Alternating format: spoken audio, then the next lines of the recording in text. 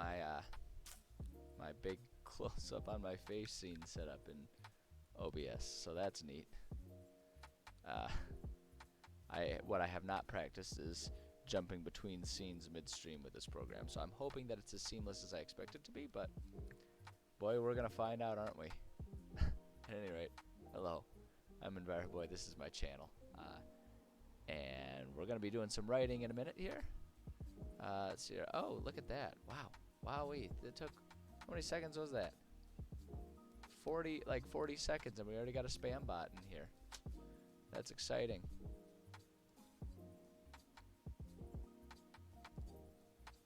There we go. Took care of that one. Ah, boy. Well, hopefully everyone's day is going well. Give it a couple minutes, let people kind of sneak in here before we really get going. I feel like people kind of appreciate that when I give them the chance, at least. It'll be kind of interesting to try and write. I'm sitting a little further away from the desk than I might normally do, but my cat was desperately wanting to snuggle and steal some body heat from me, so I've scooched away from the desk a bit to facilitate that just a bit better. And now she's fast asleep, so there's really no turning back. I mean, you know how it goes. You get a cute animal on your lap, and it's kind of the end of everything at that point in time. Like there's no other options or recourse to how the day's gonna go. You're just there, and you will be there. But I suppose there are worse things to deal with in the world, so we'll see how that all goes for me at this point. It is chilly in my apartment this morning. Well, it's almost this afternoon. You know what I mean? It has felt kind of chilly. You know how you have those days where it's like, even though the thermostat is showing that it's the same temperature, and it has been, you know, all day long, but you just feel colder. Yeah, today's one of those days. Today is one of those days. Something about it just, you know, feels chillier, and I don't know. I don't really know what to make of that, other than the fact that I'm clearly losing my mind. But you know, we all go a little crazy sometimes, until eventually you go crazy for the last time, and then you stay crazy. And I'm waiting for that day to show up for me one of these days. Unless it's already happened. Maybe I'm already crazy and everyone's just being really nice to me.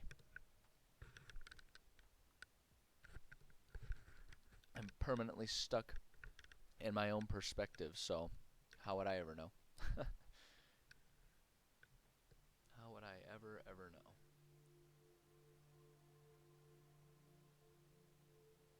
Ah, boy.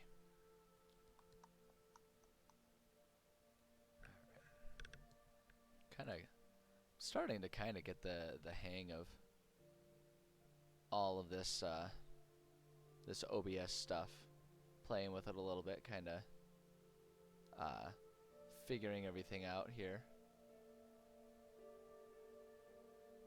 So yeah, I think I'm starting to understand kind of how the interface works here. It's been a rather sharp learning curve for me, trying to understand how it all works and do that, considering I just up and decided to use OBS instead of Twitch one day. But you know, sometimes you gotta just go ahead and, you know, it's like there's certain wisdom to, you know, learning how to walk before you learn how to run, but then there's other days that you just gotta let that get yourself to the starting line and go when the starting signal goes. So sometimes you just gotta jump in the deep end. Once you already know how to swim, if you're worried about how well you can swim, well, you just kind of gotta try it sometimes. So I don't know, I'm mixing like 15 metaphors there, and it probably doesn't make any sense at all, but it makes sense in my brain, and that's really all I'm primarily concerned with, so so we'll just go with it.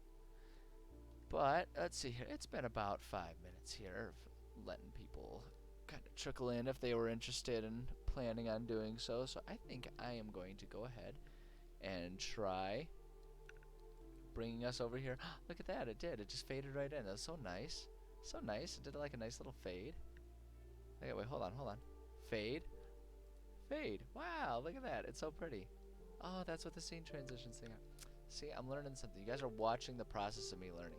I feel like I'm reenacting that opening scene of Space Odyssey, right? Just sitting here with you know the one I'm talking about with the apes and the obelisk, and it's got like the grand orchestral.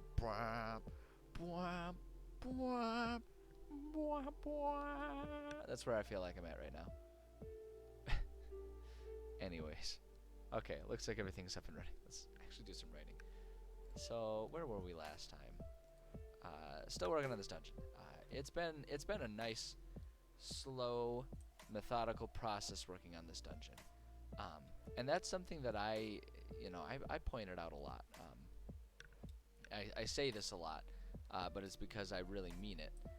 I am a-okay with the fact that this is kind of a slow, tedious, methodical type of process, going through all of this, room by room, taking our time, being really descriptive, detailed, taking the time to sort of very intentionally decorate these areas. That's something that I'm a-okay with taking the time on, taking my time on, whatever time it takes to get it done, because I find I produce better products when I'm not stressing about deadlines, and instead I'm just stressing about and instead I'm just working on creating, whatever is on the checklist to be created, if that makes any sense at all.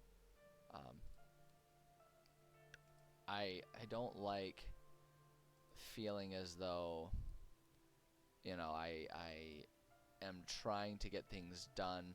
Like, I don't like setting myself up in a situation where it's like, oh, today I need to get this, this, and this done, right? And so while that's a helpful mindset depending on the type of project, when it's just a passion project like this for me, I always worry about that, because if I bite off more than I can chew on any given day or month or whatever, it can make me feel like I'm lagging behind, which is just the last feeling that I really want to have when I'm doing something that is 100% for fun, right? Like, this is 100% just a hobby type of situation. I really don't want to be putting myself in a position where I feel like I'm not succeeding at my, in my free time activities, because then it starts turning into a stressful thing that I'll be disappointed in myself if I don't get it done, right? If that makes sense. And it's not why we're doing this. Like, if I were working for a company and had a deadline to meet, then that's one thing, right? Because then I'm not doing it just for me. I'm not trying to just produce my own thing that I can feel proud of. I'm doing work for someone else, and they have expectations of me. That's one thing. Oh, excuse me. Sorry. But for a project like this, I don't like doing that. Instead, when I set goals for myself, it's much more along the lines of, okay, I'm going to spend this much time today working on these things, and whatever I get done, I get done. And ultimately, whatever amount of time it takes to get this project done, that's the time it takes. And for me, that just feels like a much more inviting approach to progress, is to just sort of give myself that sense of feeling like I need to devote a certain amount of time and effort to it, rather than I need to have this deliverable done, because it frees up my headspace to just think about, okay, we're just going to sit down. I've got my list of things that I need to get done for this.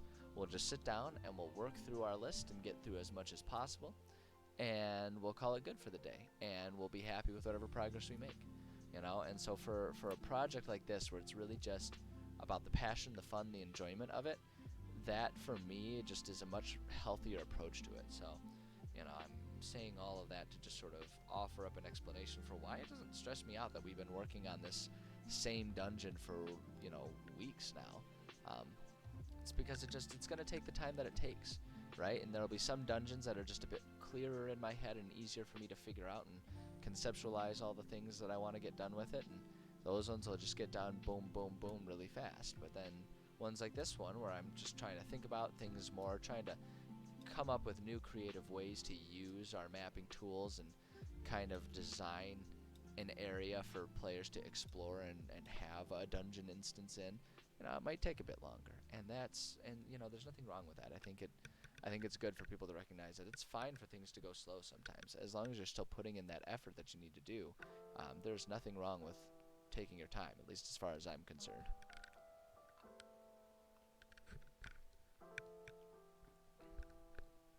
But a lot of that is also personal philosophy. Some other people will be much more motivated by having a deadline. And that's fine too. It's whatever works for you. But, it's my channel, so I get to do my process, and you just have to deal with it. Sorry, that was a bit aggressive. But you understand what I'm saying. So let's see here. Oops. Yeah. Okay, so we got that room. I was kind of absent-mindedly just filling in this room while I was talking there, because I remembered that we had written out that room and discussed what was going to be in there, namely putting in that rope as the item and having it be a place that could be kind of fortified for a safe long rest. But now that that's all written out, well, we had to decorate the room, so just quickly doing that. So that brings us to our next room here. We are getting close to finishing this floor, and once we're done with this floor, then we only got one more floor for this dungeon, and that will be a significant landmark in terms of writing this dungeon out, because that'll be like the first of roughly 5. It'll be the first of roughly 5 steps in this campaign, right? The first 4 being to collect up the keys, and then the 5th step being to use the keys at the shrine that they'll eventually be going to. So here we are. We need to do a medium battle. Yeah, I'm very far away from the desk right now. But Kitty is snuggled up so sweetly and so fast asleep on my lap that I do not want to disturb her, because what kind of monster would I be if I did that? Okay, so we need to come up with a medium battle here. So a medium battle here is going to have 460 experience points. 460. We could do 4 giant goats and a single elk. That'd put us pretty close. What other mediums do we have? We did the 9 elk. It's a lot of elk. Let's see, and we should have another. Oh no, it's 3 easy battles. That's right. Okay, yeah. So let's go ahead and do. We could just do 5 goats. That'll give them a little extra experience points, but I think they could handle that. I think that'll still be perfectly manageable for a party of 5 players. One goat a pop. I think I'm gonna do that. I'm gonna do it that way, because our difficult battle doesn't invoke until 700 experience. So I think 500 will be fine for medium battle. I don't think that's too much for him. Hey Gabby, how's it going? I'm doing all right. Thank you for asking. Glad to see you here. Glad to have you. Let's see. Okay, what was I? Notice I did not put our 700 experience points here. So while I'm seeing that, I'm gonna make that quick edit here. I didn't do this. I did the same thing up here. Man, what kind of a fool am I being? Let's see here. So that'll be 4 plus 3. That's another 700 on the nose. Perfect. Okay, so we can do that.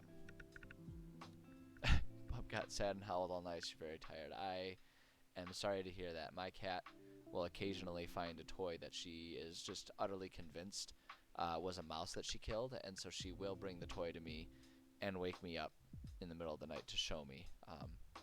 She mercifully doesn't usually keep me up all night, so I can't pretend like it's nearly the same rough situation you're going through right now, but I do fully recognize and understand the antics that pets get up to that are somehow both adorable and irritating beyond all reason.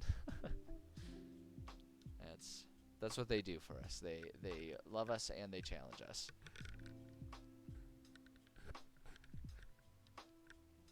Alright. So we're gonna do the medium battle, and we're just gonna do 5 giant goat, and that's gonna be 100 experience points apiece there, so we can just do that.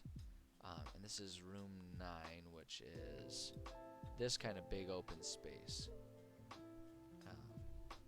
I don't want to do the whole mountain goat thing and have them like somehow standing on the wall despite the fact that it's basically vertical. I think that'd be really funny, just like an army of wall goats that are just all hanging out up there, ready to do aerial strikes. That'd be pretty goofy. Let's see here. Okay, as you enter this room, a somewhat startling sight meets your eyes. Again, I'm trying to write these. I'm trying to write these as something that I could just read aloud to my players, so that way, if I'm having a night as a DM when my brain is just not thinking about narrative speeches very well, I can just default to reading this and it'll be perfectly sufficient. So let's see here. So as you enter this room, a somewhat startling sight meets your eyes.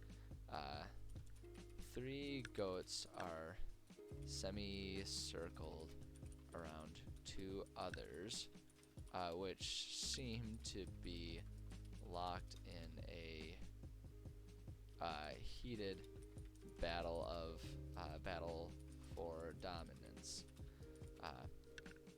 The 2 goats slowly back up before charging each other, meeting in the middle in a complete deadlock with horns sparring for better position over the other. I don't know. I'm just kind of riffing it here. Over the other.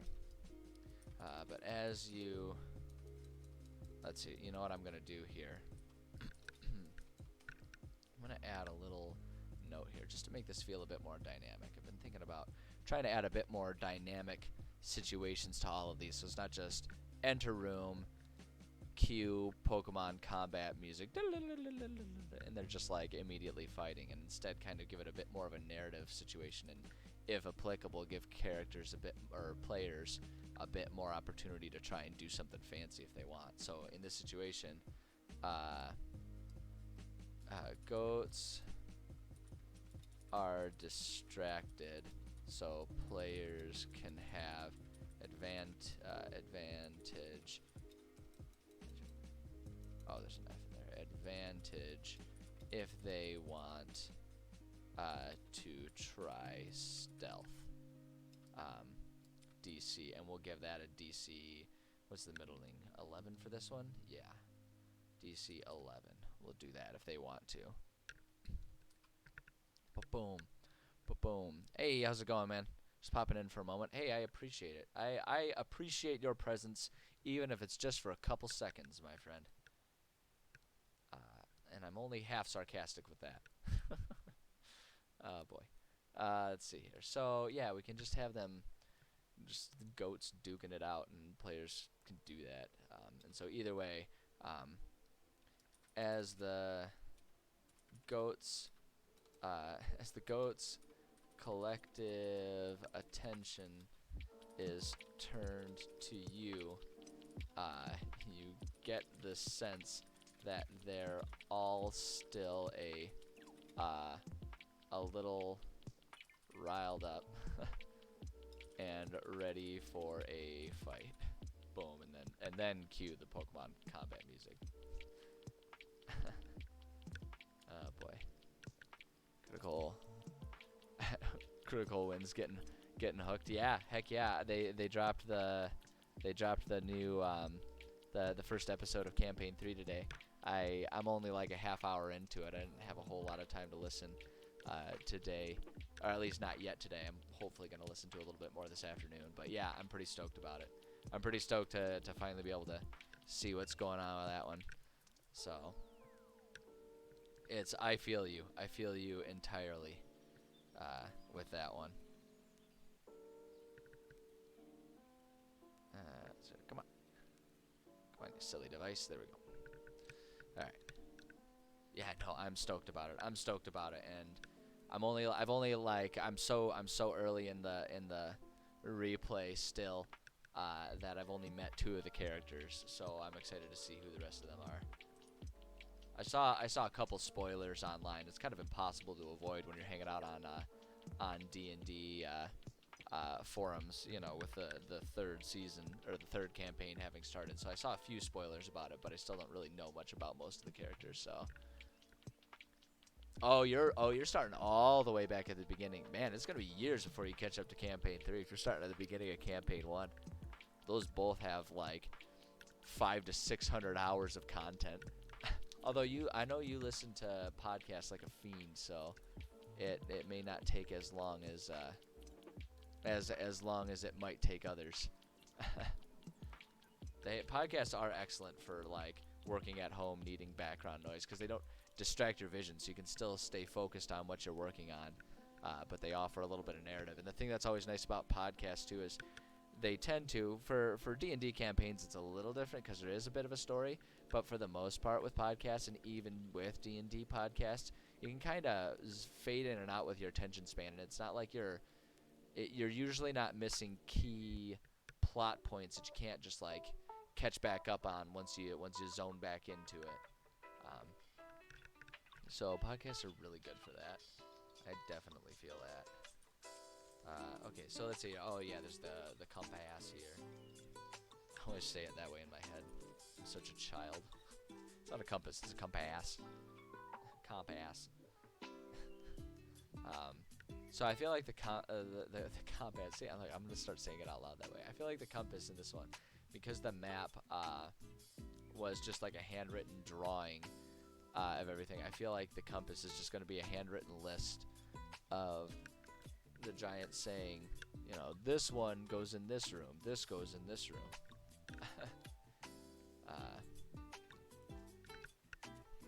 Let's see here. I actually want to say, I want to do this. I want to add something to this. Amidst giant beds. There he goes. Because this is a giant's place, and this is going to be like the overnight sleeping area, is what I'm thinking. So, let's see here. Okay, so compass. Under one of the. Oh wait, hold on. I do want to. This is gonna have a little bit of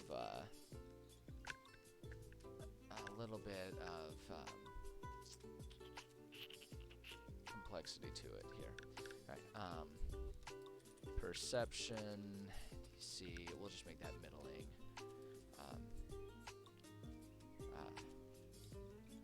Just because I want to.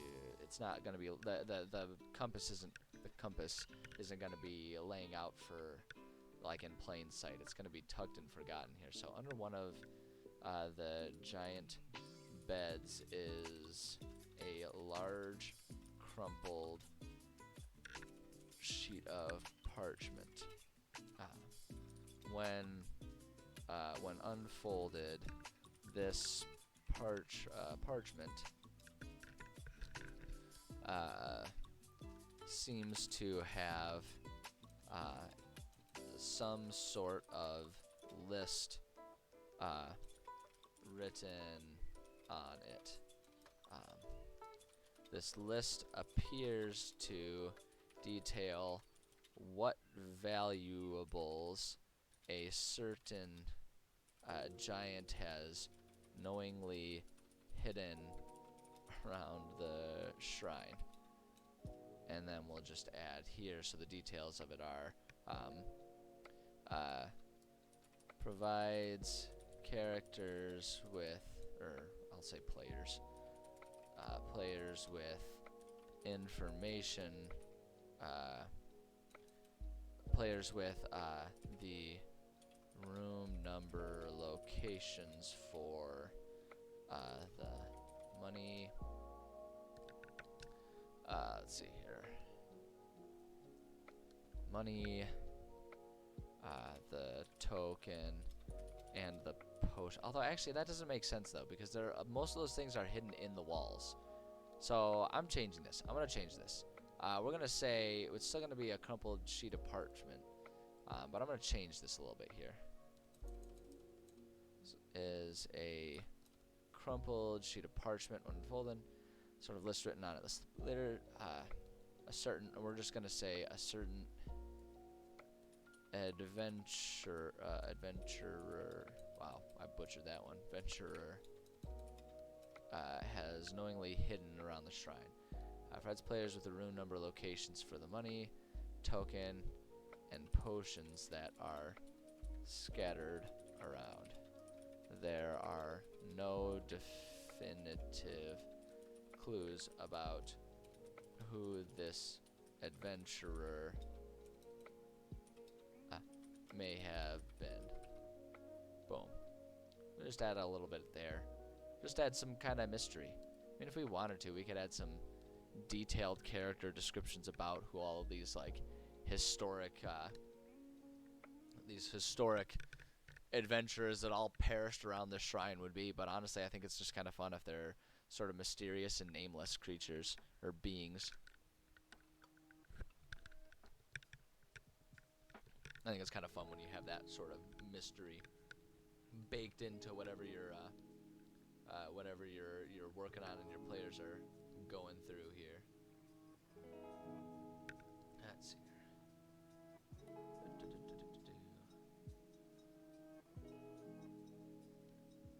Alright. So we need to put some beds and stuff in here. They're just gonna be rather. I almost wish that they just had like an empty cot or something like that.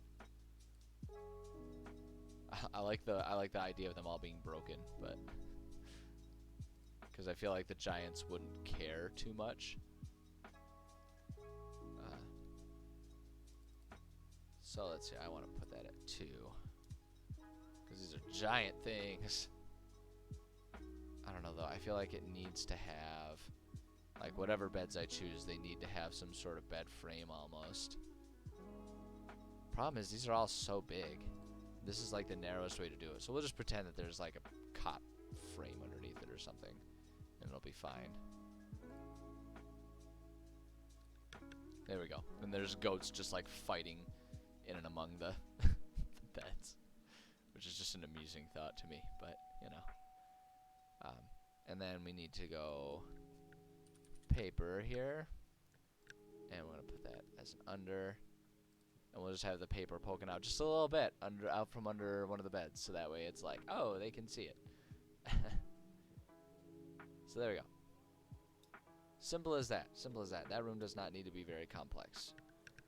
Perfectly honestly. Okay. I'm gonna have to disappoint my cat. My leg is falling asleep, and as much as I don't want to disturb her while she's asleep on my lap, I want to deal with the pins and needles of a leg that's fallen asleep even less. So we're going to win her over by giving her some gentle scritches right now. Going to win her over. And now, I know, honey. I know, honey. I know, it's okay.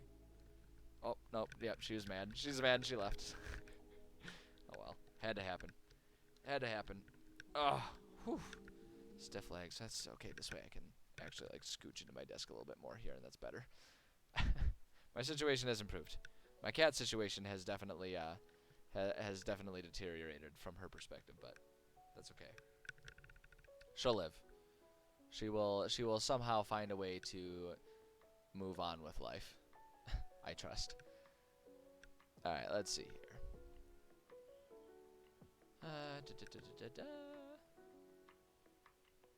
All right, yeah, that room is good to go. So let's come over here.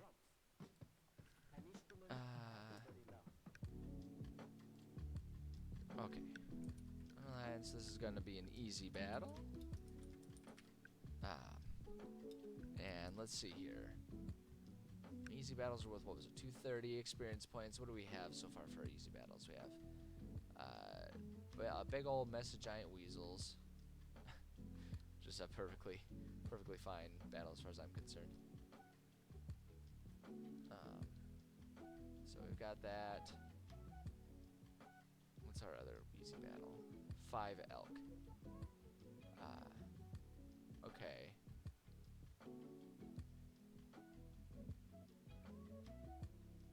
So we could do 2 giant goats and 1 elk.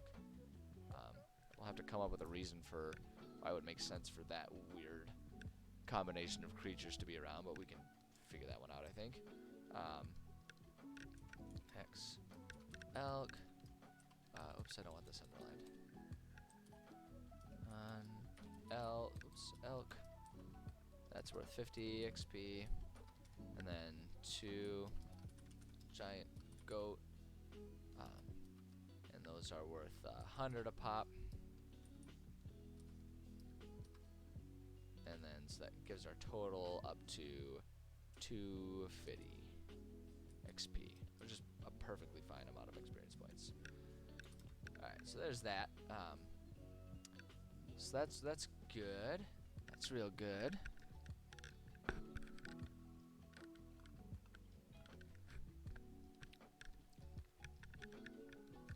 Oh man, still stiff. My goodness. My goodness. It's one of those days. One of those days, like I was saying, it's kind of cold in my apartment today. You know, one of those days where everything's colder, even though the thermostat would suggest that everything is exactly the same as it always is. I don't feel that way. I just feel cold. I feel cold and stiff. Alright, let's see here. So, an easy battle here with those giant critters here. So, as you approach the shrine... actually, let's just say the large building in front of you. You notice a few critters that appear to be grazing. Oops, grazing. I suppose you could kind of X sometimes make that Z sound. It could still be grazing with an X. Be an interesting approach to it. That seems like a way that they would like market like some sort of product that had the word grazing in it to like the extreme cool crowd, right? Like try to make the product more edgy or something. That's what it sounds like. Like a bad commercial. That's what it sounds like to me. But that's okay. Whatever. No one cares. There's a few critters that appear to be grazing in front of it. As you approach, they lift their heads at the sound of your footsteps. They don't appear to be actively aggressive, but given the size of them, you suspect that they won't be afraid to protect their own territory.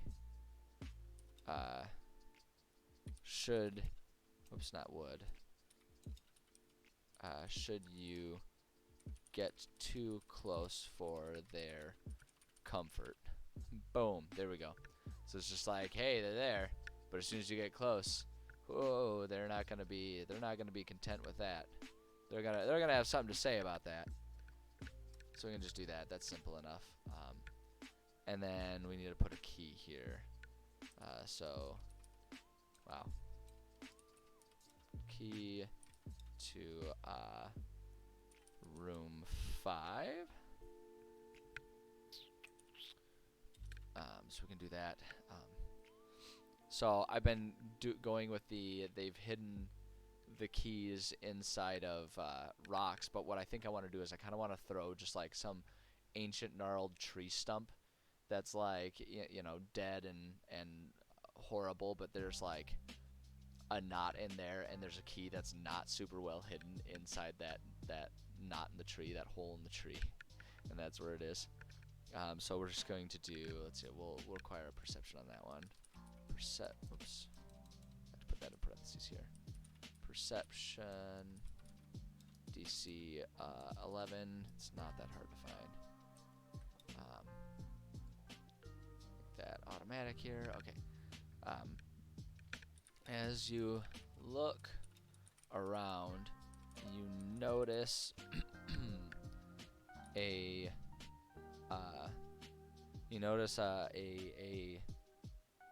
gleam coming coming from not in a nearby tree stump. As you reach for the object, you feel your hand grabbing onto a key of some sort. It's a little rusty from outdoor exposure, but it appears functional, and you suspect it could be useful somewhere in this shrine. Boom, there we go. There we go. Okay, one thing that I need to do here, I just need to notice this. Okay, no, I did do that. Okay, I was just thinking, it occurred to me that because they need the 3 keys to move on to the next part of the dungeon here, I needed to make sure I described that, and so I wanted to go back to room 5 and make sure I'd done that, which I had done that, so there we go. Never needed to worry. Never needed to worry. Okay, so that's good to go. Simple descriptions there. Doesn't need a whole lot. Let's go ahead and decorate now. So that's this area right up front here. And so I'm thinking we'll put, like, you know, you put the things that are grazing right by the door. So it's like if players want to avoid them, they can. And they can try going to these other ways. But if they ever want to go through the front door, then they're like, uh-oh, time to deal with them. We could even force the fact by putting the stump that has the key right there. Right, and then put some of the critters right there, so it's like, oh, they're gonna have to go through those, and I actually really like that idea. I think that would be really fun. So I might do that just to screw with them. Okay, let's go tree here. Let's see if they've got like dead tree stumps. They do. Oh, they have like gnarled tree. Oh, I like this way better. Just do like spooky dead gnarled trees. Actually, I kind of want to scatter some of these around elsewhere around here, right? Just put something like that right over there. And then maybe for this one, ooh, yeah, look at the size of that sucker. Check it, we can put that like right there. Oh, I like that. I dig that. I'm into it.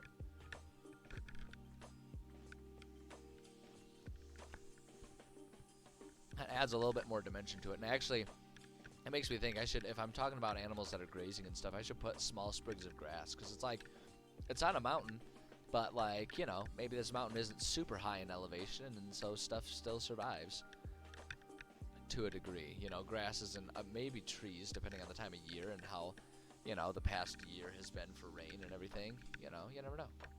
You just never know. What was I gonna look for here? Oh yeah, grass. Oh, because it's doing grave. It's like, what? Why is a skeleton coming up when you search for grass? That seems a little...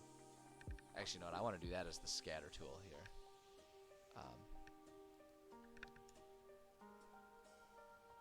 And so I want to just like... There we go. Okay, hold on. So we'll just kind of do some patches there. I don't want to just like drag and drop the stuff around, because I feel like that'll definitely result in me creating some unintentional like lines and stuff that just look kind of weird. So I'm just gonna do like little patches, right? Because if you do that, it doesn't necessarily pop them down. You gotta like do the fast clicks and stuff. But yeah, you just do this, and that'll kind of add a little bit to it. I actually really like this. Adds a little something to it, I think. Just make sure they're kind of like thick and look okay here. Yeah, you want them to, or I want them to look, I don't know what you want. You guys can do whatever you want. I want these to look a bit thicker here. It's kind of the aesthetic I'm going for here. Yeah, so you just like kind of fill all these in just a little bit here. There we go. Yeah, see, I like that. I like that a lot. Do that there. Just like a patch right there or something. I don't know why, but just like, even though the tree is dead, just having a patch of grass near a tree like that just seems appropriate and necessary. But yeah, there we go. Okay, I like that. I like that. I think that adds. Actually, you know what? I do want to take off a few of these here. I actually think that's a little heavy. I'm gonna thin it out like right there. Thin out that one, and I actually kind of want to take away a lot of that. Okay, I think that looks a bit better. I think it looks a bit better. I appreciate that better. Okay. Otherwise, I think that looks excellent, and it looks good. Like I say, the important part is that it accomplishes the type of aesthetic I'm looking for here. Oof. Don't mind me just cracking my back. Man, those might have been loud enough to be picked up by the mic. Ugh.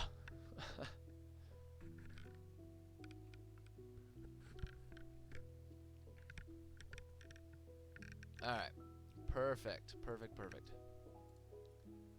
Oh, I'm just realizing these trees, no wonder they look so massive, because these are all still at the double-sized for the sake of giants. I kind of want to leave them that way, though. I think they look quite amazing and awesome that way. Kind of like gives this effect of like of the trees looking particularly grizzled and ancient. You know, but I like them, like almost like they're relics of a different time in the mountain's history when the mountain was much more like lively or something like that. Maybe I don't know. I think it just belies a different atmosphere about the place that is gone now, and it just kind of adds to that ancient mystique of it all. But there we go. I actually think that actually kind of takes care of it, right? That's everything we needed to do. That was the last room for this layer of the dungeon. So our last segment is all that we have left of this dungeon. So I don't know. We could sit here and admire our work for just a little bit. This looks good. I like this. Actually, though, you know what? I want to thin out this grass just a little bit more. Because I'm looking at it and it feels a little too busy in some of these areas here. So we're just gonna take this out there, take a little bit of that out. Let's just do that, thin that out a little bit. Let's thin this one a little bit.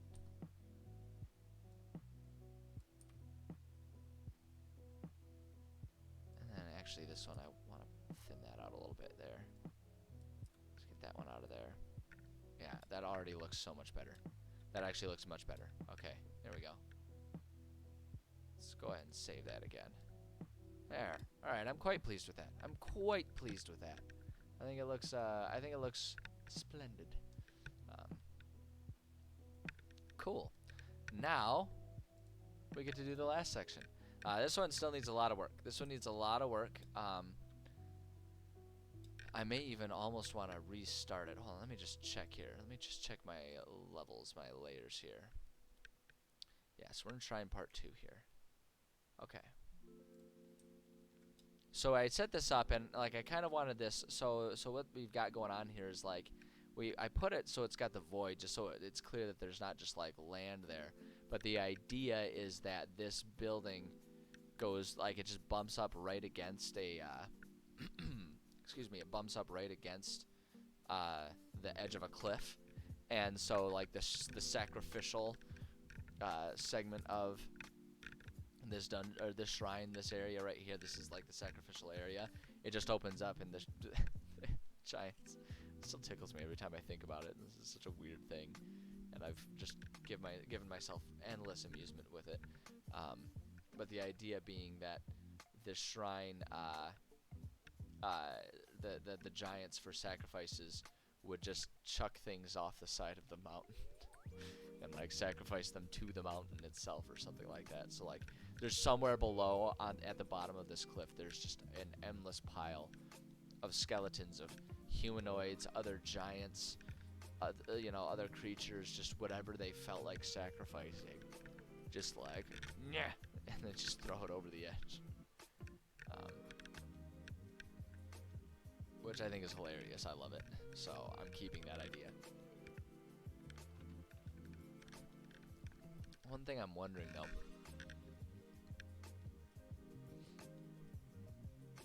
I'm wondering if I'm gonna try something. I'm gonna experiment. We're gonna go ahead and take some time and experiment with this. Go to our levels. Let's add another level. Let's call it Shrine Part 2.1. Get it? Because it's like 2.1 or whatever. I don't know. Whatever. I'm probably the only person who thinks it's funny. But it amuses me, so I'm just going to let myself chuckle about it. Alright, we want to go with mountain, I think. Alright. So we do want to make this all limestone here. So let's just quickly... Is that the palette that I've been using for all of them?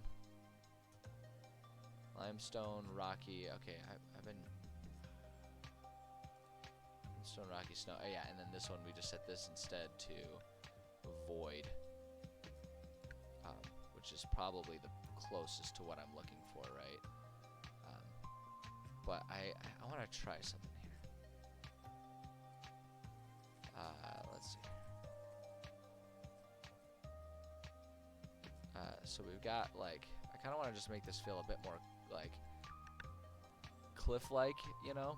So I kind of want to set it up so that's our cliff, right? And we'll throw some rocks and stuff down.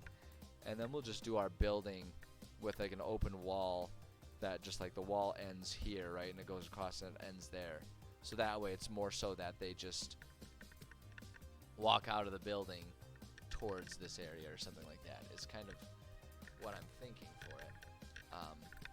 So let's see what we can do to make that look like what I'm talking about here.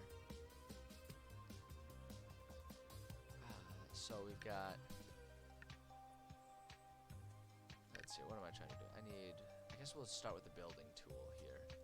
Need our stone walls, cobblestone walls, and then we've just been doing the cobble flooring as well, right? Yeah, that's what we've been doing. Okay, so for out the center here for this. Hold on, this goes up to 36, so we need 18. 18 is the middle. So so this is our middle. So that means we've got. Oh shoot! You know what? Hold on. Undo. This part I do want snapped. I prefer to have this be. Prefer to have that be. What am I trying to say? Snap to the grid, just because I feel like that makes it a bit easier for players while they're trying to navigate during a game. If everything is a nice even grid, for the most part, caves get a little wonky with that, but that's okay.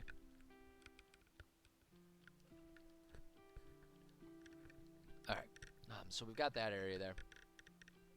So what I'm kind of feeling with this, we're gonna stick with our interior, like our inner walls motif as well, I think. So actually that makes it sensible that we'll want to do that, so we can have, you know, the walls that go out there, you know, and it might be easier just to think about it like the overall footprint and then block off the wall interiors that way. So let's do that. And the way I'm kind of envisioning this here, so if that's our center point, so that gives us 6 on either side, right? 1, 2, 3, 4, 5, 6. There we go. Yeah, that's right. Okay. So I kind of want to set it up so it's like, that's the sacrifice chamber, right? And that'll open up there. I might have to redo some of the. Oh, I might have to do that differently, because the walls are going to be, because that wall is going to be open. So we'll get there though. Actually, we'll get there. We'll figure that one out when the time comes. And so if we're going to do that, I kind of want to do like some sort of hallway that goes there, and then just like some other auxiliary rooms, kind of like we've done before. Right? If we do that, we're 4 from the end, and we're starting here.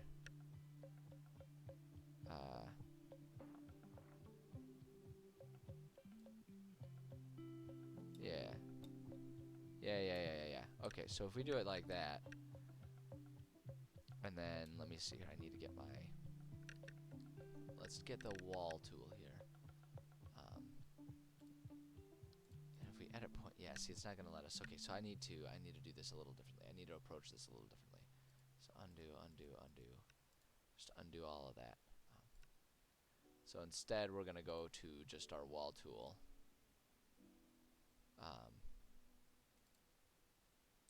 Oh wait, we were not editing points, so we need to do this. I don't remember how I had it exactly set up, but I think if we go like that, and we go over,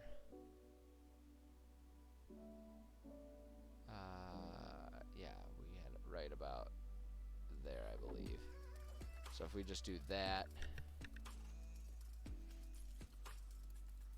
and then we go over here,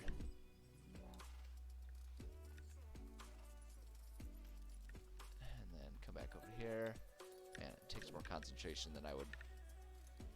It's taking me more concentration to keep all of this straight and even in my head than I wish it was taking me. I wish I was a bit more on the ball than I am trying to get all this working here, but you know, we all have limitations as individuals. Okay, so there we go. So if we do that, and then this is still like a room, right? But it's a little blocked off, or rather, it's opened up to there, to our cliff side here. And so now let's grab our flooring tool. Here it is. Our cobblestone here. I mean, honestly, we can just do that. Oops, shoot. There we go. And that. There we go. So we do that, and that'll give us our stuff here. So let me see. There's something that I want to do here. I just want to delete this, and I want to just go with our wall tool. I think it's just going to be easier to keep it even and straight that way. So I want to do 3 here. So we do that, and then from our center point here, 1, 2, 3. We do that, and then that. That, and then it's your edit points. I actually want to take oh fine.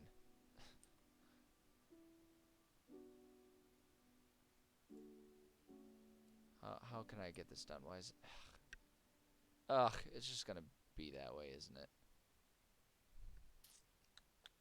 Oh wait, that still works. That works. Never mind. Okay, I'm just being silly right now. Never mind.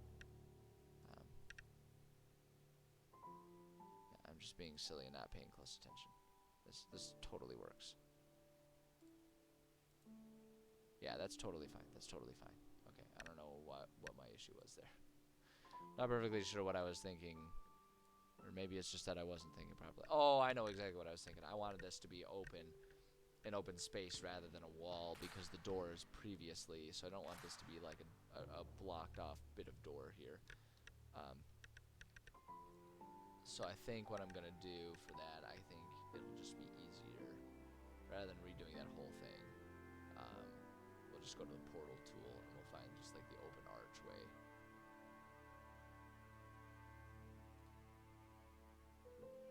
Why will these not go here?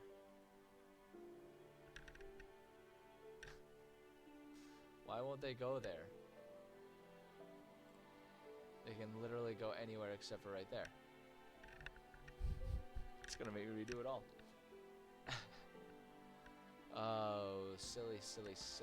Alright, well, I guess I'm gonna edit the whole thing. Might as well, right? It's what I wanted to do in the first place. It's fine. It's fine. Alright, so we'll just delete that.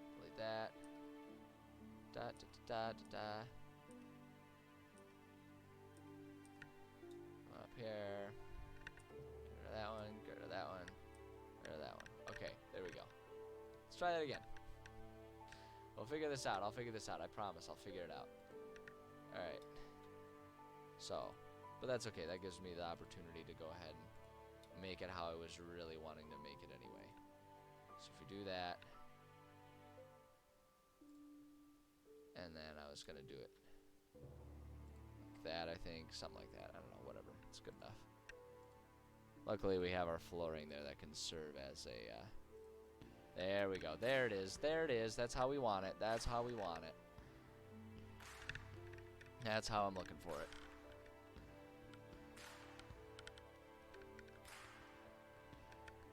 So we can do that. And then check this out. Make fancy diagonals there. So I'm thinking these are like separate rooms that have their own functionalities as well. And then from here, right, we'll go ahead and do our wall interiors. Like that. The same thing over here. Like that there. Alright, perfect, beautiful. Beautiful, excellent. So we got that going. We need to, whoops. Let's see here. Okay. And then we can do kind of the same thing here. We'll do that. That right there, right? Oops, right there. And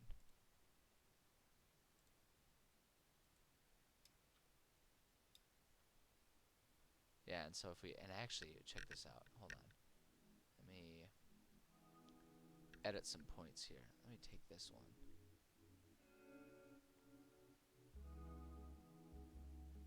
If we do that, and then if we take and add a point right there, there we go. So we can have like the in-between space. Right, we can do it that way. There, so like that's like one big area, but then we can have a couple cutoffs with it. Okay, alright. I think we can work with that. Although actually I'm wondering if this will actually look better if we put it right there and like, oh, whoa, wait, what's going on here? Oh, I see what happened.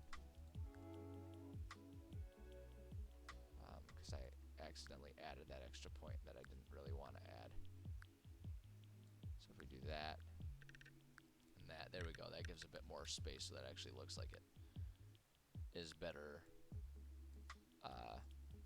walking opportunity to go through there. I think it looks better. I think that looks a bit more appropriate here. I kind of almost want to do the same there, but I'm not going to. I'm not gonna. Can't make me. Hold on. I do want to just, because I think it looks kind of weird right now with all of that, with that much bisection going on there. Can do that, and then we can just add like partitions between some of these areas to make it seem a little more sectioned off, broken up, you know, broken up a little bit there. I actually really want to. If we do that, and then we put one right there, or rather, if we go there and there, that adds that space there, which I much prefer. Yeah, I think that looks better. I think that looks so much better that way. This way it just looks a little too jarred and, you know, weird. Let's see if we do it that way. Yeah. I like that. I like that. Now we gotta get our floor tool going here. Let's grab this. Boom, boom, boom, boom. Just to get our floor all lined up here. There we go. Excellent. Okay, I really like this. I think this looks good.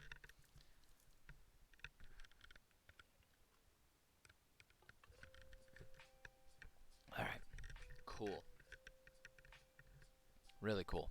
Okay, so if we got that all figured out, and this part is meant to be open, right? Because like I say, that opens up to the cliff, and that's where they would just go and chuck things off the side of the mountain for sacrifices. Because they're very simple, these giants. They don't feel the need to worry about any extreme, excessively complicated rituals. It's like, nope, we're here to make a sacrifice to the mountain, so here's a goat.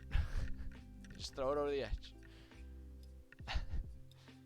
Oh boy. Oh boy. It's really ridiculous. There's something I'm noticing here though. I need to go to the terrain brush here. Gotta add some snow. And this one I want to let's see, this one's gonna not look as good as the other, I think.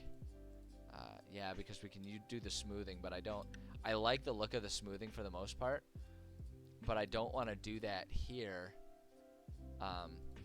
cause it's gonna make our cliffside look weird. I wish I could do some of them with like the smoothing, but I guess that's just not an option, so we're just gonna add like some random little bits of, I guess it wouldn't make sense for it to not be melted against the thing there, so we're just gonna add little bits of snow and stuff around. I mean, it doesn't really matter a whole lot. Yeah, it'll look fine. It's not gonna be my favorite look, but it'll suffice just fine.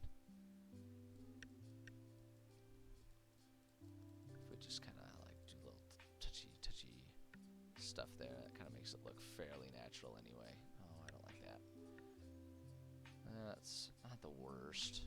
I don't know. I just don't like that spot there in general, I think. There we go. We can do it like that, though. That actually looks a bit better.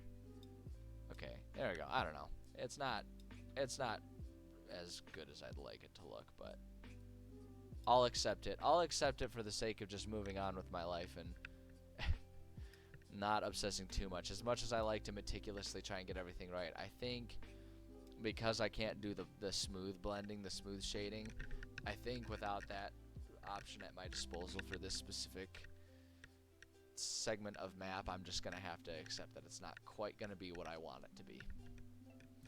You know, that's just how it goes sometimes. I feel like there's a life lesson in there somewhere. Sometimes you have to accept things as they are. Isn't there a song about that? Can't always get what you want? I don't know.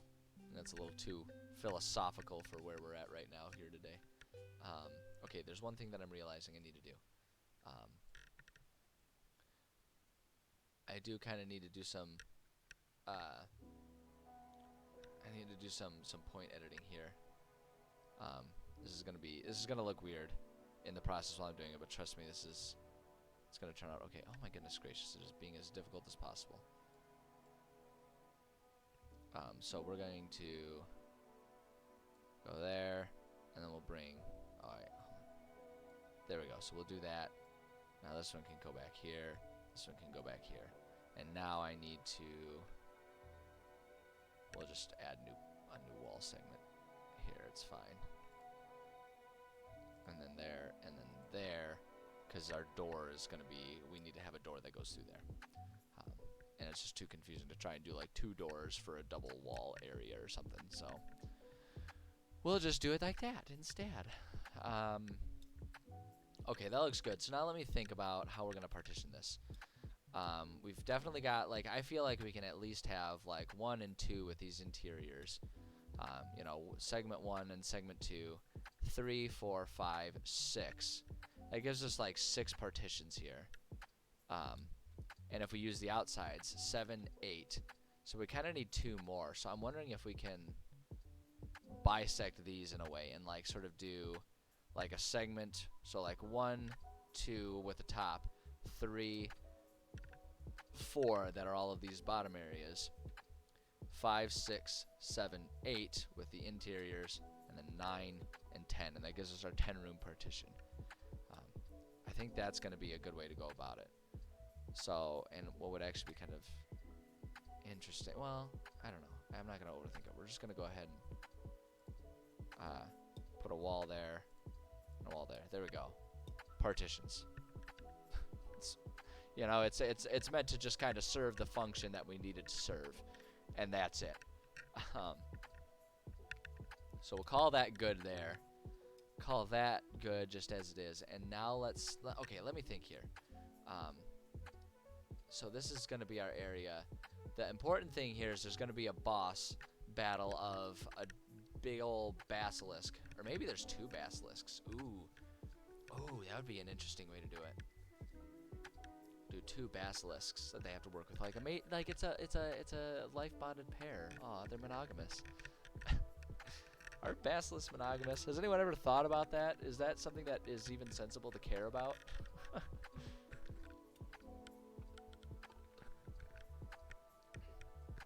Hedgehog Mind, what campaign am I running?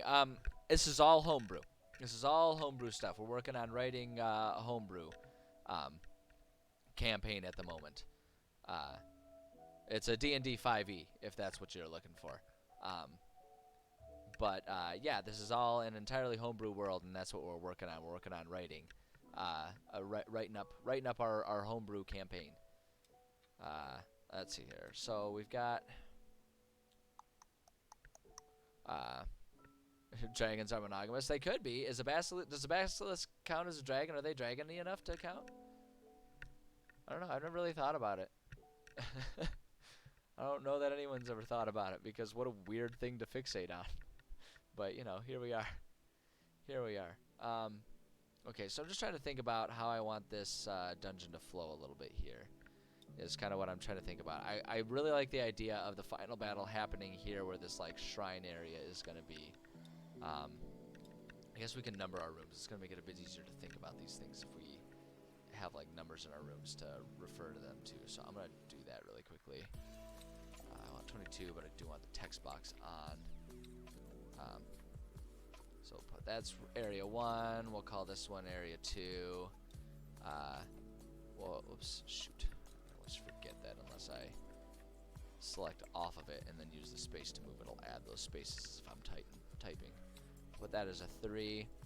Put this as area 4. This one can be 5. It's really doesn't matter. It's pretty arbitrary. It's just so we can refer to them. 6. We'll make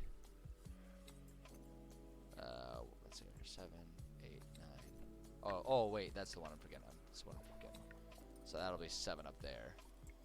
So this one, that makes this one 8. So that one will be 7. Just if we're going along, it's just easier to make sure there's like a consistent pattern here. Do over here, that's 9, and then this area here will be 10. Okay, we'll do that there. That'll be good. That'll be good. That's good. So let's see here. As far as our flow goes, so this is going to be the last area here. And so I think it's logical. I think what's going to make the most sense, especially if we're going to put the boss battle in here, I think we're going to want to make sure that this door, because there's going to be a doorway there, and in fact, maybe I can throw that door in there while I'm thinking about it. That door is going to be sort of our final pathway, which means that door is going to be, it's going to need like the boss key. Excuse me, it's going to need the boss key there. Oh, and we know that this is going to be a doorway as well. That's going to look weird. It's meant to be a double door. Since it's diagonal, it's going to be kind of weird there. But I know we want that there. So that'll be the last little bit there. So we'll have to hide whatever keys we're going to end up doing to go through there elsewhere around here. So I have to get all the keys to go there. There won't be... I want to try and make it so that there isn't a way to get past here. What's the story? Okay, so the story that we're working on, the basic premise for this campaign, is that within this homebrew world of mine, there's a lot of backstory that's kind of necessary to fully understand it. But in essence, post-apocalyptic D&D style world. It doesn't change the appearance or like the themes or anything like that. But what it means is that there are about 10 cities within the world that are populated, and everything else has kind of been abandoned and left to slowly decay over time in what's known as the wilds. You know, in this post-calamity world, many of these cities are trying to build their own projects and own efforts to reclaim parts of the wilds here. And so as they're doing that, part of what's happening is within this area, within this campaign, there is an effort being done to connect 2 of these distant cities with a more direct trade route, so they can sort of have a single protected route to send trade through. And so the players are going to be part of this effort to build a trade route.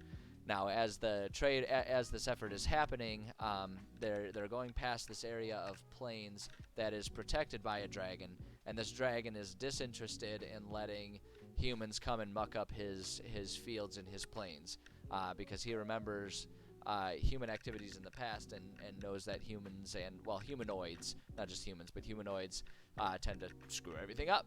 And they tend to, try to industrialize, try to build big things, and, just generally they get in wars and they fight with each other, and the dragon much prefers his planes to be in peace. So they cut a deal with the dragon.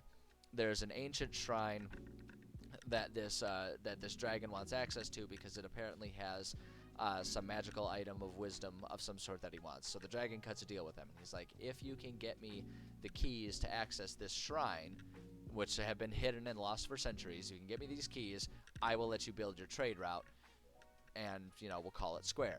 So the players are basically trying to follow whatever breadcrumb of clues they can find about this shrine and the keys that are hidden for it, so that they can try and gain access to it.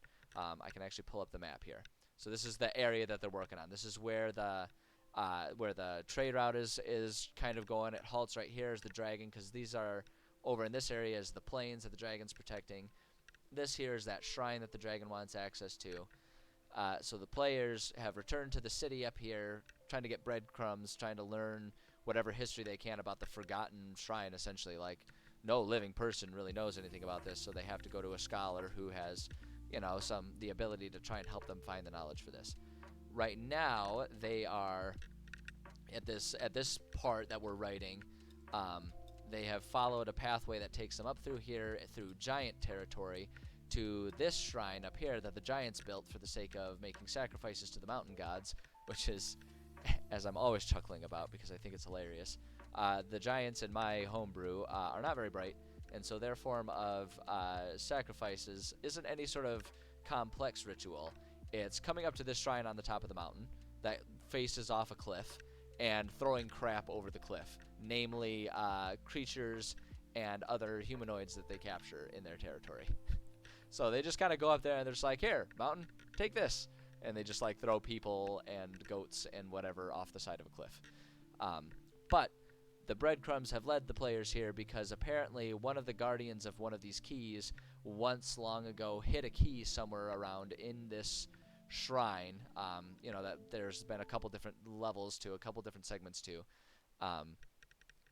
There's a key hidden somewhere in here because that person was like, who in their right mind would willfully go to a giant's shrine where they knowingly throw humanoids off of it?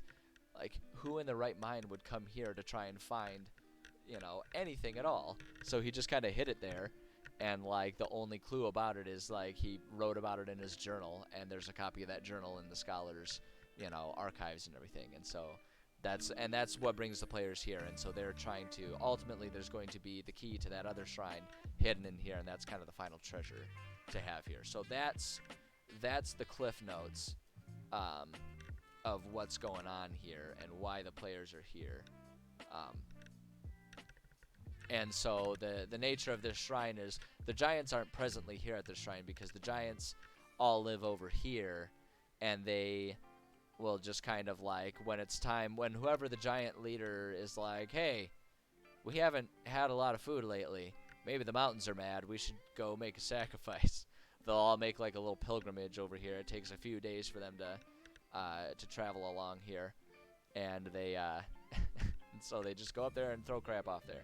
So presently there are not any giants up there. Instead, it's just overrun with like giant versions of mountain animals. So that's kind of where we're at right now. That's where we're at. Oh, thank you. See, I think it's got some fun. It's a simple, easy to follow storyline, right? It's, when it boils down to it, it's real easy. It's a very simple, easy to follow premise for the players. They are just like, yep, we got to get these keys, and so it's an easy one to stay focused on.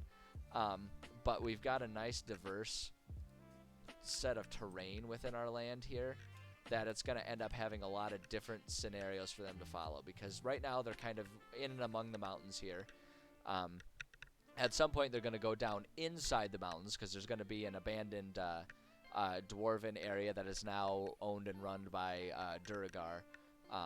So they're going to be able to do some like underground type stuff. We've got a forest here where the former elven city is run by Drow at this point in time. So You know, we've got that going on over there. And then we're going to do like a waterside cave type thing here, and that's where the last one's going to be. So there's going to be some more aquatic type stuff. So it's got a real wide range of environments and therefore monster types for players to encounter. So I'm actually really pleased with how this particular section of my world is panning out. And I like to think that it's going to be fun whenever I get around to playing it. This is not one that I'm currently running with my players. My players do occasionally watch my streams, so I don't. The work that I do on their campaign, I do not stream, so that way I don't accidentally give them any spoilers. Although it does give them, they are getting sort of an inside look into how I design stuff. So like the meta knowledge, they're kind of learning and getting a better idea of how I structure my dungeons. But you know, that just kind of happens over time through a campaign anyway. But yeah, so that's what we're working on. So I added little walls there because I don't want them to try and get cheeky and get into the boss area, you know, before they're actually allowed to. So we're just going to put a wall there and they can't get past it. Otherwise, they'd have to jump off the cliff. So, haha. Take that. Let's see here. So we need to add... So if this is going to be the final area, I kind of want to... I think what I want to do is I want to have the keys to this area hidden within these rooms largely. I think that's what I want to do. And so, yeah, I want to do that.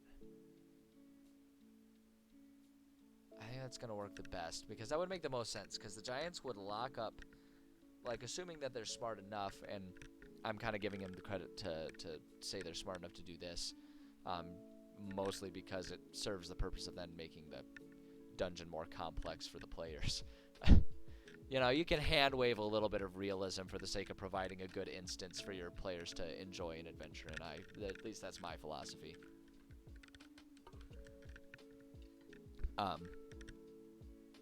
So we'll do it that way. So I'm thinking we'll hide the keys in there because that's where the giants would do it. And like hide the keys is such a loose term though. It's gonna be more like, you know, like, oh, this is like a room that's full of beds that a lot of the giants would sleep in since they take like big long pilgrimages. They like to have places to sleep comfortably when they're there. And so it's like they hide one of the keys under the bed. So the players, which are normal humanoid size, look under a giant's bed, and it's like just, you know, the bed is like they kind of just have to bend down to look under a little bit, you know, to look under it, and there's just this giant key lying there on the ground. It's like, oh, hidden. Because the giants aren't very bright, and then like maybe in the other one, like there's I don't know, they have it hanging on the wall, so the players will have to figure out how to like climb up there because it's, you know, a little out of reach for them or something like that. But I'm thinking if we do the keys there, that's good. But then what I want to do, I kind of want to add an element. So I normally do my map and compass function, which mimics which is heavily inspired by, aka blatantly stolen from the Zelda, the Legend of Zelda approach to maps and compasses, where it's really a game mechanic more than anything else, rather than literal maps and compasses. That will tell players basically what all the rooms are, and you know, for the map, and then the compasses, what important things can be found in those rooms. I'm thinking I want to substitute that with the clues, or with some sort of clue, you know, or a set of clues that players can find throughout here that will tell them where in here the key to the shrine that they're looking for. God, there's so many keys and shrines going on here. The key to the Hall of Wisdom shrine, you know, the ultimate goal. I think I want to add clues so that way it's like it's still hidden in there, and so there's still like that extra layer of puzzle, because like this isn't just them beating a boss and getting some cool money and a cool sword or something. It's like this is actually them getting one part of the really of the ultimate final goal. Does seem like he's oh yeah, absolutely. Like it's a very intentional and blatant thing for the way I design dungeons like Zelda. In fact, when we go into my notes pages up here, right? Oh wait, no, I don't need to scroll up on this one. I need to pull this open. We can go to our if we go to here with our templates, dungeon template, Zelda style. 100%. This is a mechanic that I use all the time. It's it's a template and format that I've kind of come up with and use for groups that are very, what am I trying to say? That are interested in having the dungeons be very sort of game mechanic-y, right? Not necessarily not saying that we sacrifice role play opportunities and stuff like that, but like, you know, like for groups that like being able to have sort of like a game mechanic thing where as they're searching through, you know, trying to clear out the dungeon, you know, in a Skyrim approach, they can find different clues and stuff that will unlock different things. And so it's like there's like puzzles and stuff to solve that are much more game mechanic when they enter dungeons, because then once they leave this dungeon and return to not dungeon areas, things will default to a much more role play, fluid, theater of the mind type of approach. So it's like there's kind of two settings, right? It's like there's the role play, you know, we don't use we have no board game mechanic or anything like that. It's just very yes and, you know, as we're role playing back and forth for them to do their shopping or searching for things or trying to find information and stuff that they want to do. We have that stage of the game, or that component of the game. But then when they get to the dungeons, right, then we enter a much more game mechanic heavy segment of the game where it's maybe a little less fluid, but it sort of changes and lets the people that are much more mechanic driven as opposed to role play driven sort of have their time to shine, and they can sort of think about how they want to approach the dungeon, you know, where they think they should go to try and find this, that, or the other thing that they're trying to find, stuff like that. And I've noticed that especially the group that I'm in kind of likes having that dichotomy, right? Like sometimes they're really into doing the role play, and other times they just want a good old-fashioned dungeon crawl. And so by designing the dungeons in like that Zelda-inspired way, it sort of adds all of those just absolutely classic dungeon crawl mechanics, right? That are more so used in video games these days than in board games, but they sort of, you know, they're two sides of the same coin, really, and you can use them and modify them to sort of serve similar purposes. And so that's what is going on there. So you're absolutely right. It is very Zelda-inspired, and that's very intentional. And that's just my style, though. You know, as always, the grain of salt, the caveat there is do what your group likes. If your group doesn't like that, then don't do it the way I do it.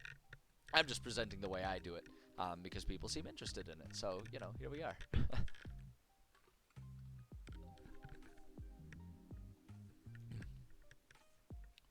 Thanks for coming to my TED Talk. Okay, so if I want this to flow, if I want there to be keys in here, let's get this organized here. I need to get this part set up, our notes organized. Copy that part. Oops, no, I don't want to. Shoot, it's gonna be easier to just do it that way. 2, 3, 4, 5, 6, 7, 8, 9, 10, and then we will 1, 2, 3, 4, 5, 6, 7, 8, 9, and room 10. There we go. So we can start putting our notes there and keeping it all sort of organized in our head. Because a lot of the stuff, a lot of the elements that go in all these rooms, I'll randomize. So that way it's like not always, you know, the exact same layout, or, you know, I don't accidentally fall into the same patterns that my brain might unintentionally put into the games. I'll randomize a lot of it, but there's the way I'm setting this one up, there's going to be a lot of very intentional things, so I'm going to let myself do that, and then we'll randomize whatever's left. So I know room 4 is going to be the final boss fight, so let's go ahead and so that's what the danger that's present in this room is going to be. Boss battle, need both keys is what I want to do. So yeah, this one's going to change a little bit. Normally I would have 3 locked rooms, right? There would be like 2 sort of locked rooms, and I usually like to put the map and the compass or something like that behind the locked rooms. So it's like if they find the keys scattered around. They can unlock and get the map and the compass, because those are pretty powerful. Those just sort of blatantly tell you, here's the layout, and here's all the prizes in the dungeon. So it's like, you know, you got to find some keys. You got to search around, find the keys to earn that. Normally I would do that, but I think I'm going to do that a little differently. And both of these keys do nothing to unlock any of the other rooms, and instead those keys are used to just open up the boss room. Yeah, I think that's how I want to do it. Because, I mean, we could... So this is just me thinking out loud. We could still require keys to open these doors and get in these rooms. You can have, like, separate keys. And just, like, there's a whole kerfuffle of keys all over the place here. You could have to, like, you have to find keys to rooms 3 and 6 here. And then within 3 and 6 are the keys to room 4. But I think that's a little much. And the other problem is, where do we then hide the keys to 3 and 6, right? Because they're approaching, remember, they're approaching this area. I think, okay, hold on. There's one thing that I think we can do safely here. Let me go to my levels here. This layer can just be gotten rid of. We're not using that one. We've redone it, and this one is a much better approach to it. So we can just do that. All right, so, because remember, so to get to this part of it, this is the second part of everything, and so this is our first area, right? And so this is the entrance, and then getting into that second part, they're just going through the first half of the shrine. So there's not blatantly an access to the exterior. Like, the more sensible thing is that the exterior is contacted by is connected by the other exteriors. Hey, Gabby, glad you're back. So we've got the other exteriors here. You know, it connects that way.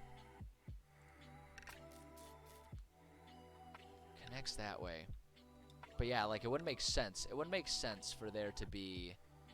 It wouldn't make sense, because what we did over here, remember, is we hid the keys to these rooms, right, in places outside, as if the giants were using, like, them fancy key rocks, right, that you hide keys in and stuff like that. And so, you know, I'm tempted to... It's tempting to say there's keys to these rooms that are also hidden outside, but there wouldn't actually be, like, a connection to the outside. It would be a whole lot of walking for the giants, and I think they're lazy enough. They wouldn't want to do that. I was laying down. I gotta get phone. Oh, gotcha. Yeah, I know you said you were tired. I'm glad you're getting your rest in whatever ways that you can. Okay, let's see here. Go full on Zelda and have a dungeon magic item. Can only damage the boss by using the magic item. I've thought about doing mechanics like that, and I actually intend to do that. But I want to not have it be, like, I want to not use the same gimmick for everything. And since this dungeon is an earlier one, this one's meant to be for when the players are around level 3. I kind of want to save that interesting mechanic a little later on. And so for this one, sort of like the specialty thing is that there's, like, the extra puzzle of what they're looking for being hidden by someone else rather than the people that made this. So it's like, the idea is that as the players are going through the shrine, they're going to get used to a certain way that the dungeon works based on how the giants have designed their building. But then actually finding the thing that they're looking for is a puzzle designed by someone completely different who just kind of hijacked and hotwired parts of this dungeon for his own purposes. And so that's kind of like the weird, wacky gimmick, per se. And the bosses are just... The boss battle is just an incidentally challenging enemy to face. That enemy being the basilisks. But no, that's a really good idea. And I like that idea. And I do actually really intend to use that. So you're skipping ahead a chapter or two. But yeah, no, that's a great idea. Your dog and kitty are vibing with you. Man, that's one of the best... That's one of the best ways to live, when you've got a cuddly critter that's just matching your energy. I feel that. Me and my cat get on that level every once in a while. She's presently hiding. I don't know where she is. Is she back there? Yeah, you can't see her from here. She's back on one of the back chairs, sleeping over there. She was on my lap, but then she got mad at me for moving. So, you know, it started off as pouting, and then it turned into her napping on one of the chairs. So. It's okay, she'll forgive me when it's dinner time, as she always does. Alright, let's see here. So, But yeah, so I think I'm not gonna worry about having these be locked. I think we're not gonna worry about that, and we're gonna have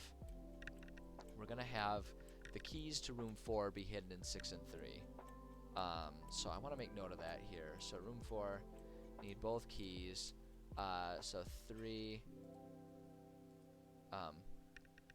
We're gonna do. I want to do key to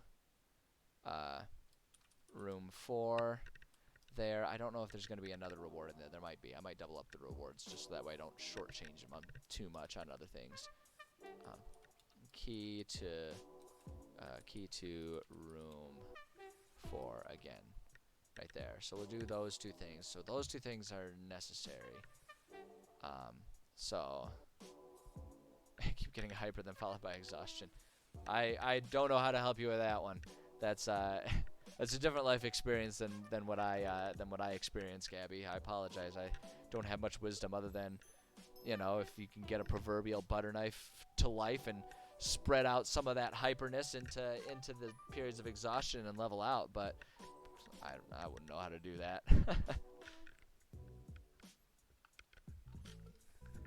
Unfortunately, I do not have wisdom for that. I'm sorry. Let's see here. Okay, so we got those going there.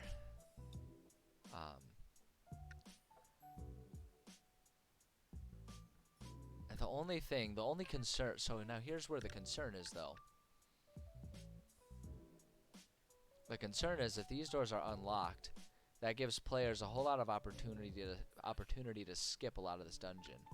But I suppose that's kind of mitigated, isn't it? Because we're going to hide their final thing in here, the players are going to be trying to search for that key, and they're going to be wanting to search everywhere. If it's just not blatantly out there, they're not going to find it. So I suppose that's what kind of mitigates it. So it's almost a red herring to let things be easy for them until they get in there. So I'm actually okay with that. I'm actually a-okay with that. Now that I think about it. So what we can do, we can still kind of force a little bit of exploration out of them in some ways if we take our portal tool here. And so what we're going to do is we're going to do the archway. We're going to do what we've been doing, where there's just kind of like holes in the wall. These are much bigger than the holes would actually be, but it serves the purpose.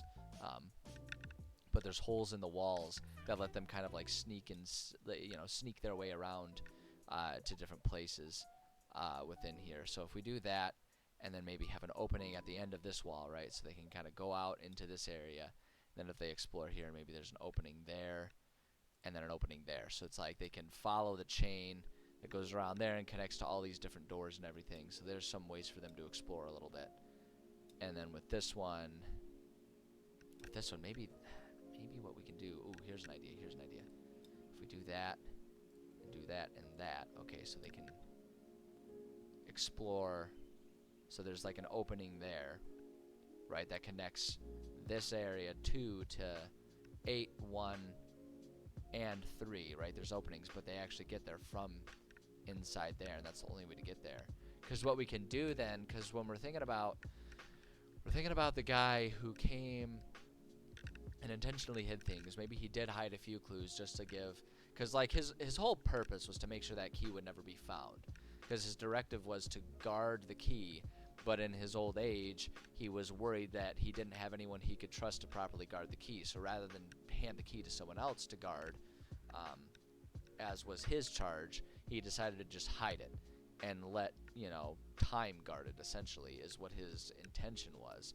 But, maybe part of him was like, I should leave some clues in case there ever comes a time when someone does need to have access to this shrine.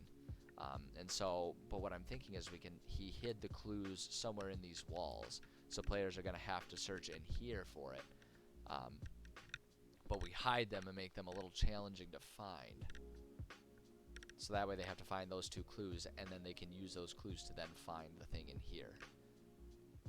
And I'm thinking that'll work. I'm thinking that'll be good. I think that'll be really good. Yeah, I like that. I like that a lot. So I'm thinking we hide one of them in 5, like one of them's hidden right there, and then the other one is hidden over here in 8, right? So that at the very end of these chains, and like I say, we kind of force the players to have to search everywhere for these things. And we just sucker them into having to explore everything. I think that's good. I think that's really good. I think that'll work out just fine. So let's put little notes here. So room 8 has a reward clue for Hall of Wisdom key. Then we'll figure out what those clues are later. I haven't fully conceptualized all of this. We're just kind of writing it as we go. So if we do that, and then if we do, if we do in 5, and that's actually that's kind of funny too, because it wouldn't necessarily force them to explore everything, depending on how they decided to approach it.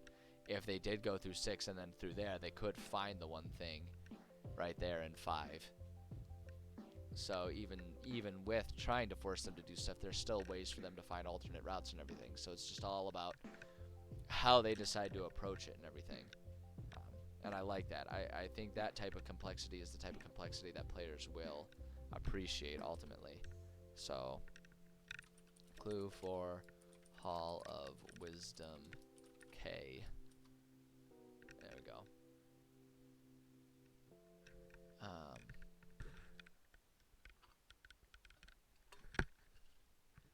Okay. So we've got all of that. So we got our keys to the room 4 there. And we've got the clues to the Key of Wisdom. I suppose in room 4, we'll put the reward as Key to Hall of Wisdom. It feels kind of like a given that that's what it's going to be, but, I mean, you never know. You never know. So we'll do that there. I think that works out really well. So, let's see here. We don't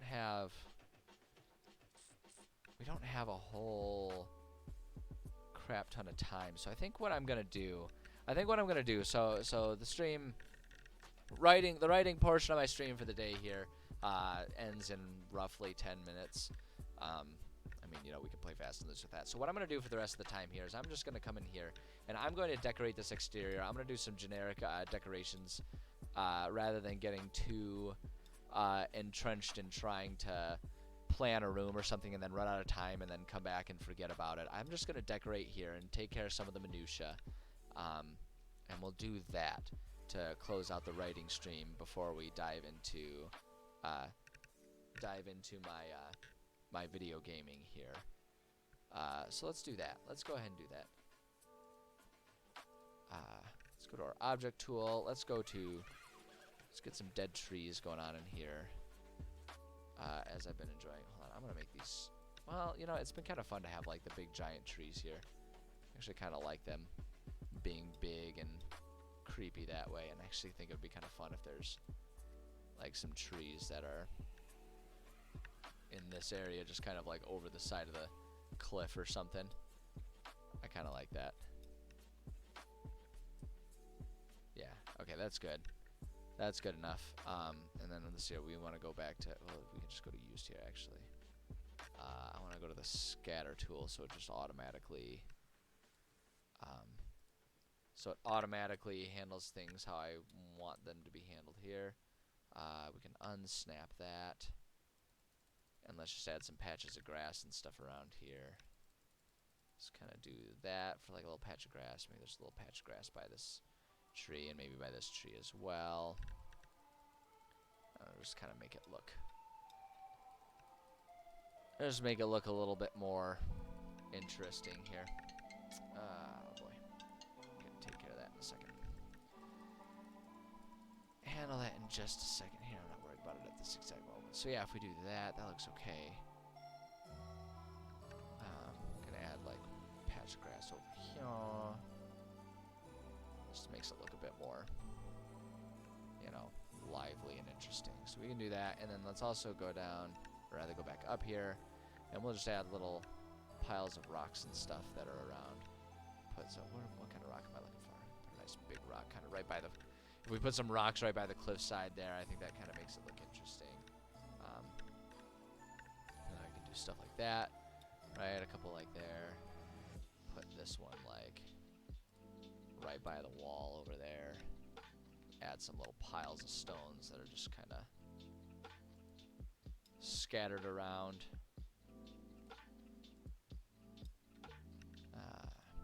Maybe there's like a boulder over here, because we are in the mountains, so there are going to be some random boulders and stuff. We do the under there. We can add a bit more interesting complexity there.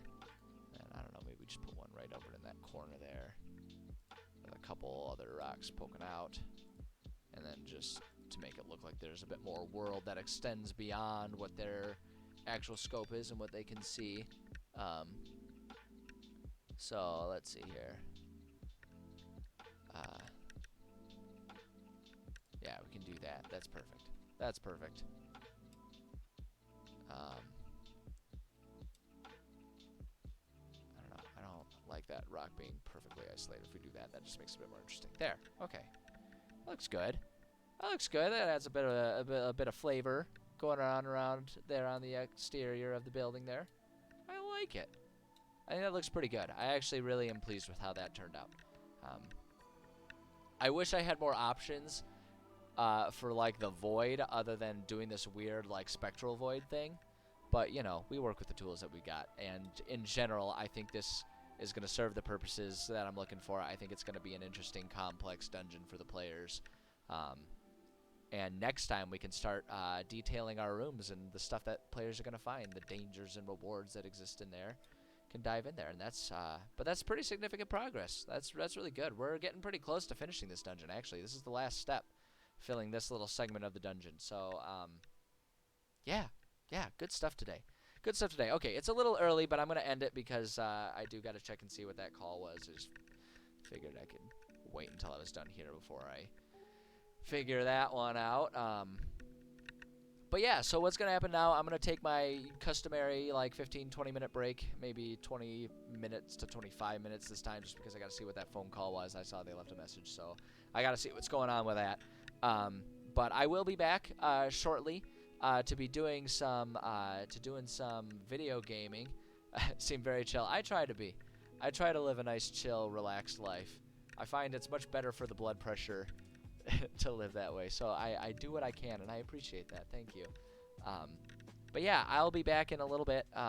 We're going to do, we're continuing, I'm playing American Truck Simulator right now as a bit of a palate cleanser between, we just finished up the Mass Effect trilogy, and those are always a little heavy. So I needed a bit of a palate cleanser. So we'll be playing that one. I was saying about 20-25 minutes, maybe sooner. I don't know. We'll see how long it takes to get everything taken care of. But yes, I will be back, and we'll be doing that. So as far as the writing stream goes, thank you everyone who stopped by. Appreciate you guys.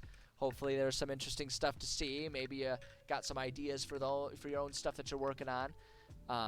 But I appreciate you guys stopping by. If you are interested in conversations about homebrew stuff even outside of the streams, I do have my Discord. Feel free to get yourself hooked up with that. And if you want to watch any of my VODs, I do keep them on my YouTube channel, so that way they don't disappear forever. So if you're interested in looking at some of the backlog of stuff, you can check that out. It's scattered, disorganized, and clunky because I don't know how to manage a YouTube channel, but it exists, and the VODs are there, so you can check those out if you're interested. Yeah, other than that, I appreciate each and every one of you guys. Thank you for stopping by. I will either see you in, like 20 minutes for some truck driving, or if not, maybe I'll see you tomorrow. Oh, that's the other thing I should say. I will be streaming tomorrow, as planned. Writing stream at the same time, and then video game right afterwards. So, yeah, feel free to come back tomorrow if you're looking just for more D&D stuff. But with that, that's everything I got. So I'm going to take a bit of a break for myself here, and I will be back in hopefully not too many minutes to do some truck driving. Take care of yourselves, everyone. Appreciate it, each and every one of you.